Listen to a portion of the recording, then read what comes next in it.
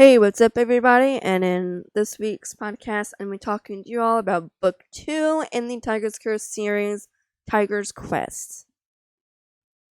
Okay, so before I get into talking about favorite parts of the story and stuff like that, I'm going to read you all the synopsis, although, spoiler alert, again, spoiler alert, just in case. Faith, trust, desire. How far would you go to free the one you love? Kelsey Hayes' 18th summer was crazy. The kind of crazy that nobody would ever believe. Aside from battling immortal sea monkeys and trekking the jungles of India, she fell in love with Rin, a 300-year-old prince. When danger suddenly forces Kelsey on another Indian quest with Rin's bad boy brother Kishan, the unlikely duo begins to question their true destiny. Rin's life hangs in the balance, and so does the truth within Kelsey's heart. Tiger's Quest, the thrilling second volume in the Tiger's Curse series, brings the trio one step closer to breaking the ancient prophecy that binds them.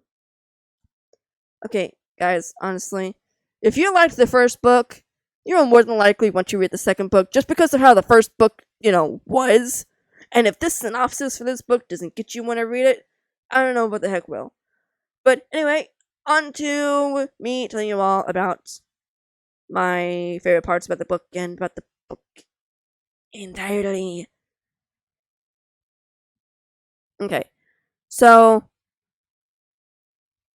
spoiler alert here. This podcast would be filled with spoilers. If you've not read the first book, Tiger's Curse, do not listen to this podcast. You have been warned. Okay, so we all know what happened in the end of the first book. Kelsey left, and I'm still mad about that. Still mad. And Ren, brokenhearted, ugh. So she goes back to her hometown and goes to college, tries to live a normal life, but with the financial help of Anik, who bought her an apartment and bought her books and her school expenses and signed her up for self-defense classes and gave her a credit card that has a buttload of money on it. Can I please have someone do that for me? I mean, guys, seriously. Anyway, so she tries to live a normal 18-year-old's life. And, she's going to college, doing school. She doesn't have to do a job now, considering everything's paid for. So, she has some time to kill. So she starts dating, trying to forget about Ren and, how brokenhearted she was, because it wasn't easy for her either to go. But we all know why. So, but then time goes on, chapters go on. Trust me, it's long. And she, goes on dates with other guys, but, she kind of realizes that she's still thinking about Ren. But, so then, it starts going throughout the months, I'm talking months go on, and then it's Christmas, yay! And she's at her adoptive parents' house in the morning, and the doorbell rings. And she says, and then she says that she'll go get it. And she, and she goes to answer it and opens the door, and take a guess who's standing there. You probably guessed it. It's Ren. And somehow he knows how to drive now, so apparently he took the months being away from her to learn new things about the new world and all that stuff. So yeah, so like they okay, so like fast forwarding, the gist of what happens is that they live next to each other. Her apartment has another apartment attached to it. So, and it's connected by one door. And I'm guessing you could lock it on either side if you didn't want the other person going in, which would be kind of stupid if it wasn't. So I'm kind of taking a guess it is. So, but so she goes home after going to her adoptive parents' place, and she sees that there's a car in front of it, and she's like, "Oh, well, hey, I guess someone is moving in."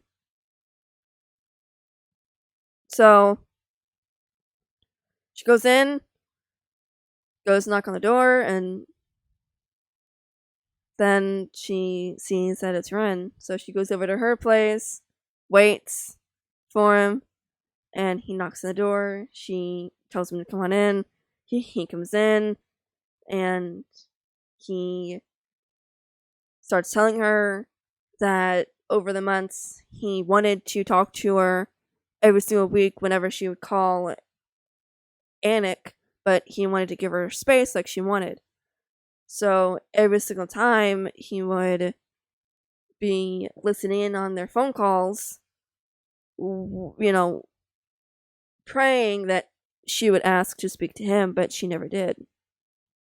So during training in both tiger form and man form, him and Kishan or Kishan, however you want to pronounce it, they would fight, but he wouldn't block his punches or anything. He just let him do it.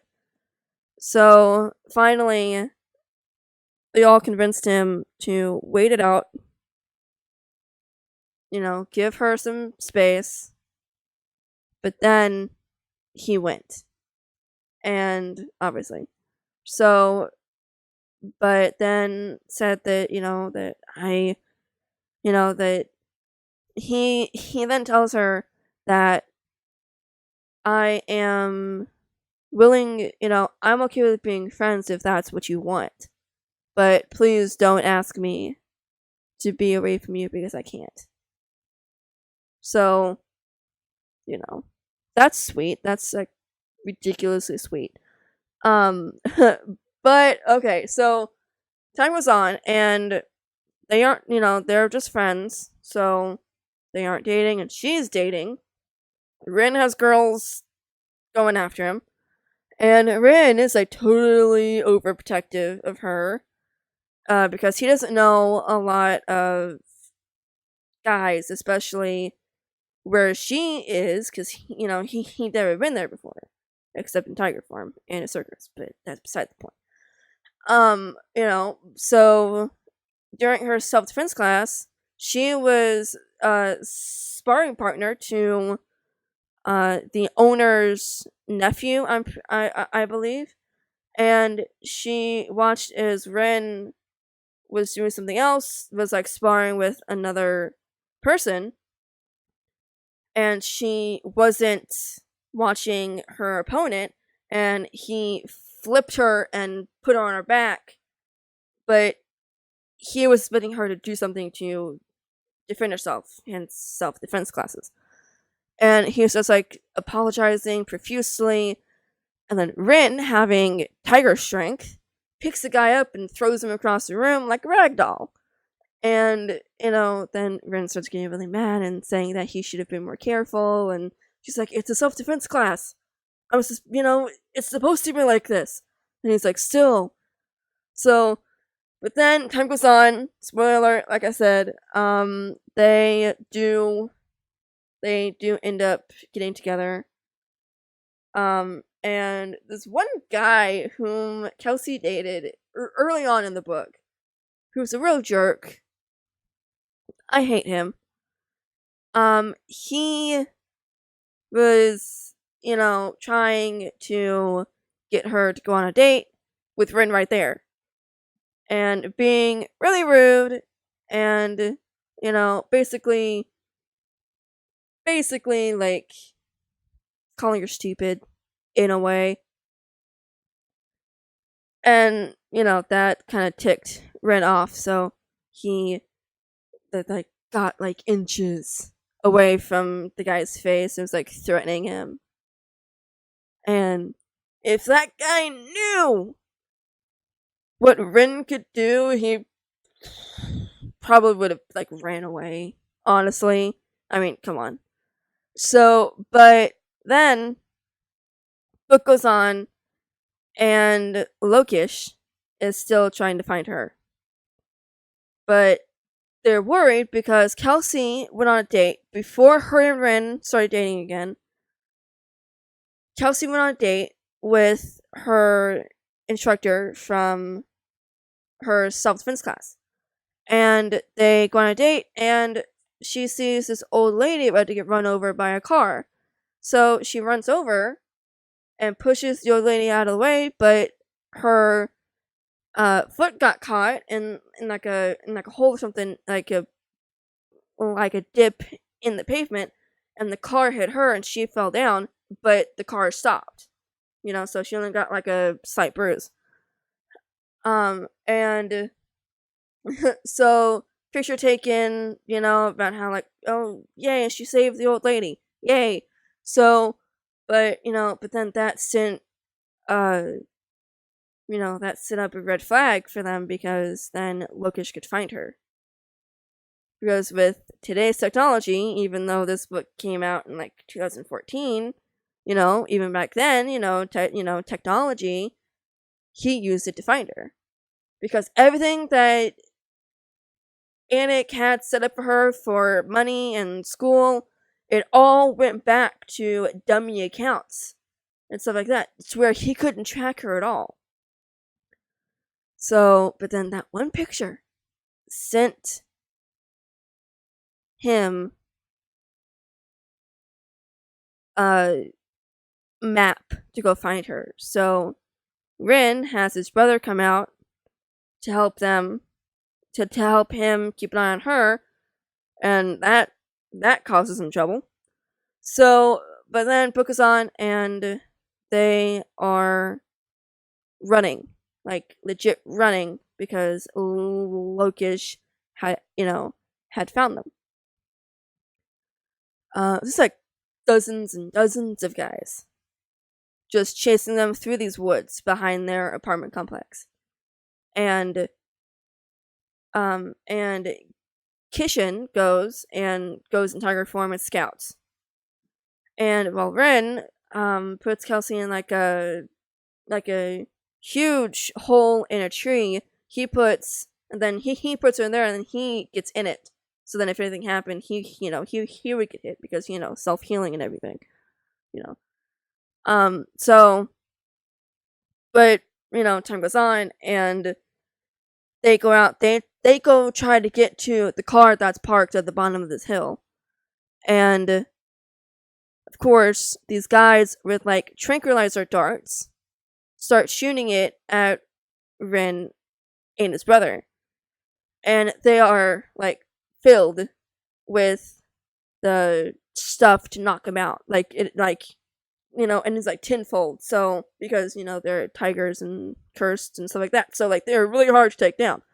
So they just keep like shooting these things at him, and like they're trying to protect her, and she's trying to protect them, and it's like, oh, shut up already. So, but finally, Ren actually goes down on his knees because he can't take it anymore. Kelsey steps in front of him, tries to use her newfound powers to try to save him, but like I said, her newfound powers, so she's not, she's not used to them yet. She doesn't know how they work. So she like starts like getting hit too, and because she doesn't have self-healing, it's really affecting her. So Ren like knocks this guy off of her, picks her up, puts her in her brother's arms, and says, "Take her and go."